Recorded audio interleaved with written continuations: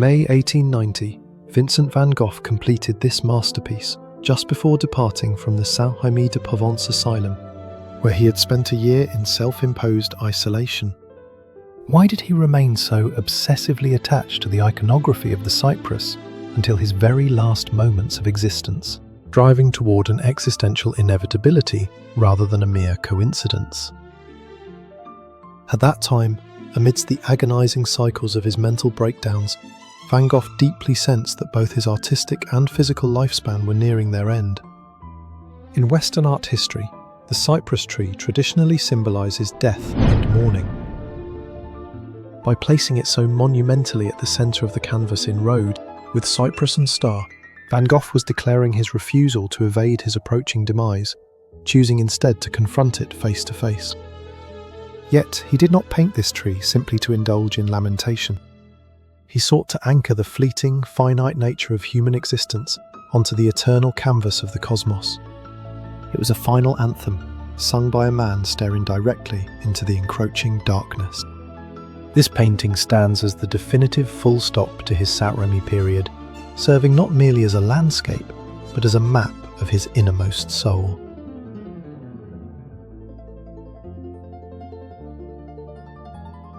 The public often associates Van Gogh's night skies with the tempestuous vortex of the Starry Night, painted a year prior.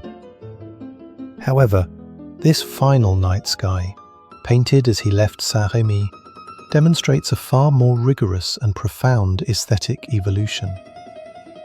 According to thorough historical and astronomical verifications led by Professor Donald Olson of Texas State University, around April 20th, 1890, just before Van Gogh painted this work, a rare celestial alignment appeared in the night sky of Saint-Rémy. A crescent moon, Venus and Mercury were indeed aligned in striking proximity to one another. Van Gogh was not splattering hallucinations onto the canvas in a fit of madness. Rather, he maintained a strikingly lucid intellect, precisely observing and remembering the celestial order of the universe. Yet it is precisely at this juncture that Van Gogh's path drastically diverges from the Impressionists, who dominated the French art scene at the time. Consider Claude Monet's Rouen Cathedral series.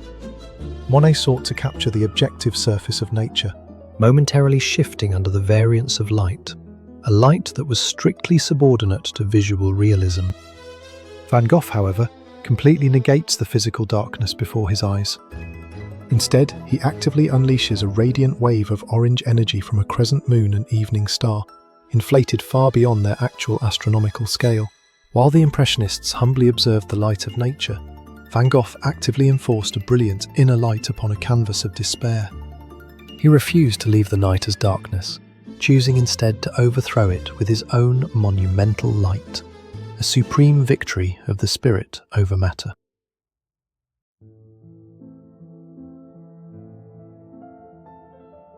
The French philosopher Gilles Deleuze once remarked that the true calling of a great painter is not to reproduce visible forms, but to capture invisible forces.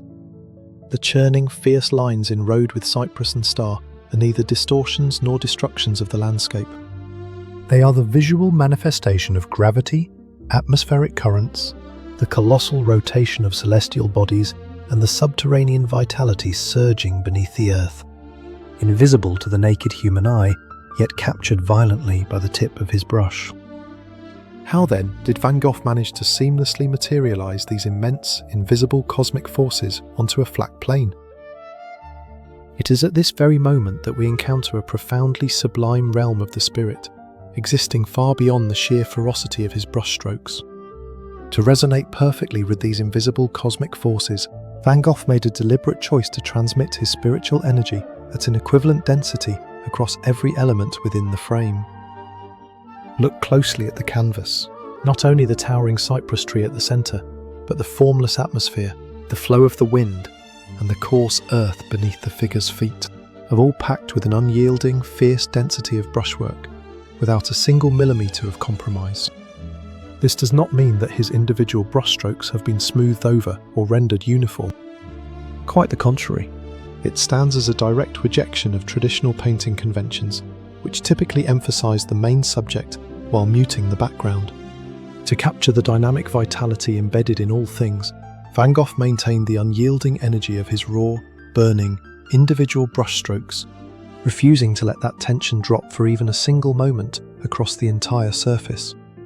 The world called him a madman and sought to confine him within cold asylum walls. But his intellect was piercing through the cosmos with unprecedented clarity. Instead of trembling fragilely before a dissolving reality, he bound the earth and sky together with his own explosive spiritual density, unifying them into a single, collective breath. Through the raw materiality of paint, he achieved a supreme resonance of pure spirit.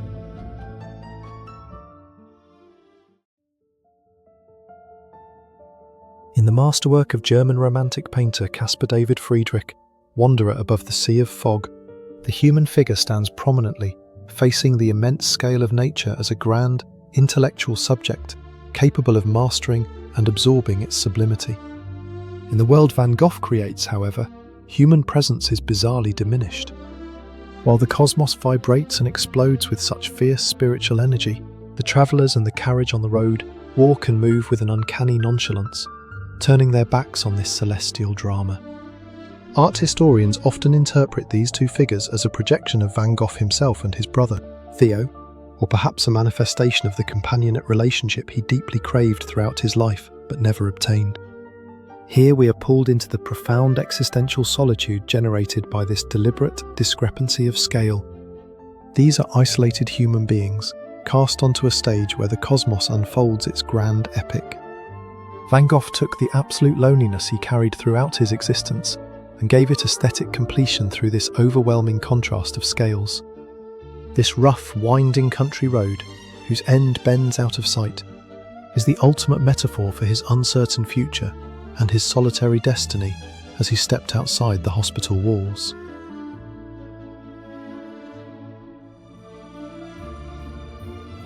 If Wheatfield with Crows, painted during his final days in Auvers, sings of a terminal end, wrapped in absolute despair and scattered screams, this piece, Road with Cypress and Star, points toward an entirely different destination.